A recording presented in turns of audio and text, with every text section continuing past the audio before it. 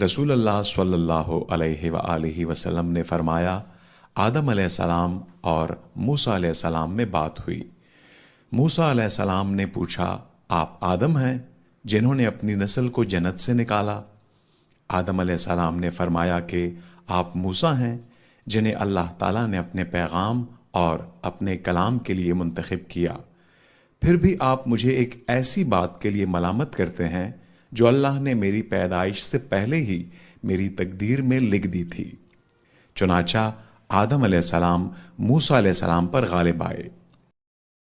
رسول اللہ صلی اللہ علیہ وآلہ وسلم نے فرمایا، انسان کا نطفہ ماں کے پیٹ میں 40 دن اور 40 راتوں تک جمع رہتا ہے، پھر وہ خون کی پھٹکی بن جاتا ہے، پھر وہ گوشت کا لوتھڑا ہو جاتا ہے، پھر اس کے بعد فرشتہ بھیجا جاتا ہے اور اسے 4 چیزوں کا حکم ہوتا ہے، چنانچہ وہ اس کی روزی، اس کی موت، اس کا عمل اور یہ کہ وہ بدبخت ہوگا یا نیک بخت لکھ لیتا ہے۔ پھر اس میں روح پھونکتا ہے اور تم میں سے ایک شخص جنت والوں کے عمل کرتا ہے، اور جب اس کے اور جنت کے درمیان صرف ایک ہاتھ کا فرق رہ جاتا ہے تو اس کی تقدیر غالب آتی ہے اور وہ دوزخ والوں کے عمل کرنے لگتا ہے اور دوزخ میں داخل ہو جاتا ہے۔ اسی طرح ایک شخص دوزخ والوں کے عمل کرتا ہے اور جب اس کے اور دوزخ کے درمیان صرف ایک بالشت کا فاصلہ رہ جاتا ہے تو تقدیر غالب آتی ہے اور جنت والوں کے کام کرنے لگتا ہے، پھر جنت میں داخل ہوتا ہے۔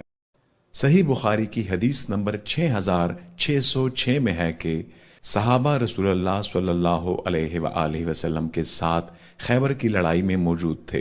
رسول اللہ صلی اللہ علیہ وآلہ وسلم نے ایک شخص کے بارے میں جو کہ 7 شریک جہاد تھا اور اسلام کا دعوے دار تھا فرمایا کہ یہ جہنمی ہے۔ جب جنگ ہونے لگی تو اس شخص نے بہت جم کر لڑائی میں حصہ لیا اور بہت زیادہ زخمی ہو گیا، پھر بھی وہ ثابت قدم رہا۔ رسول اللہ صلی اللہ علیہ وآلہ وسلم کے ایک صحابی نے آ کر عرض کیا، یا رسول اللہ صلی اللہ علیہ وآلہ وسلم، اس شخص کے بارے میں آپ کو معلوم ہے جس کے بارے میں ابھی آپ نے فرمایا تھا کہ وہ جہنمی ہے؟ وہ تو اللہ کے راستے میں بہت جم کر لڑ رہا ہے اور بہت زیادہ زخمی ہو گیا ہے۔ رسول اللہ صلی اللہ علیہ وآلہ وسلم نے اب بھی یہی فرمایا کہ وہ جہنمی ہے۔ ممکن تھا کہ بعض مسلمان شبہ میں پڑ جاتے، لیکن اس عرصے میں اس شخص نے زخموں کی تاب نہ لا کر اپنا ترکش کھولا اور اس میں سے ایک تیر نکال کر اپنے آپ کو ذبح کر لیا۔ پھر بہت سے مسلمان رسول اللہ صلی اللہ علیہ وآلہ وسلم کی خدمت میں دوڑتے ہوئے پہنچے اور عرض کیا، یا رسول اللہ، اللہ تعالیٰ نے آپ کی بات سچ کر دکھائی۔ اس شخص نے اپنے آپ کو ہلاک کر کے اپنی جان خود ہی ختم کر ڈالی۔